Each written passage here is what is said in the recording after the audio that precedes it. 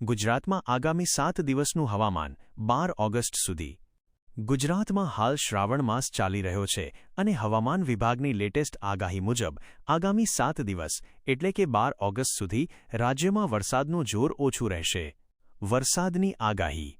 હળવોથી મધ્યમ વરસાદ 6-12 ઓગસ્ટ દરમિયાન ગુજરાતના મોટાભાગના વિસ્તારોમાં ગાજવીજ સાથે હળવોથી મધ્યમ વરસાદ થવાની શક્યતા છે.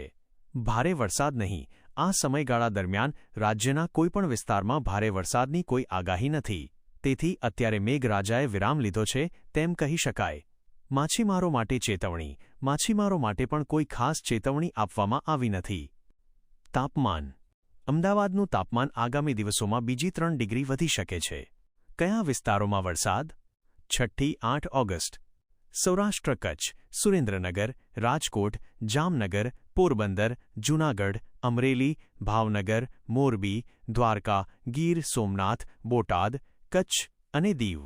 ઉત્તર અને દક્ષિણ ગુજરાત, બનાસકાંઠા, પાટણ, મહેસાણા, સાબરકાંઠા, ગાંધીનગર, અરવલ્લી, ખેડા, અમદાવાદ, આણંદ, પંચમહાલ, દાહોદ, મહીસાગર, વડોદરા, છોટા ઉદેપુર, નર્મદા, ભરૂચ, સુરત, ડાંગ, તાપી, નવસારી અને વલસાડ.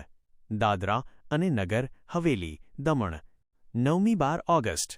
આ સમયગાળા દરમિયાન આખા ગુજરાતના તમામ જિલ્લાઓમાં કેટલાક સ્થળોએ ગાજવીજ સાથે હળવોથી મધ્યમ વરસાદ થવાની શક્યતા છે. છેલ્લા 24 કલાકનો વરસાદ. છેલ્લા 24 કલાકમાં કચ્છ, સૌરાષ્ટ્ર, ઉત્તર, મધ્ય અને દક્ષિણ ગુજરાતના કેટલાક ભાગોમાં વરસાદ નોંધાયો છે. સૌથી વધુ વરસાદ વલસાડમાં 9 મિલીમીટર નોંધાયો છે.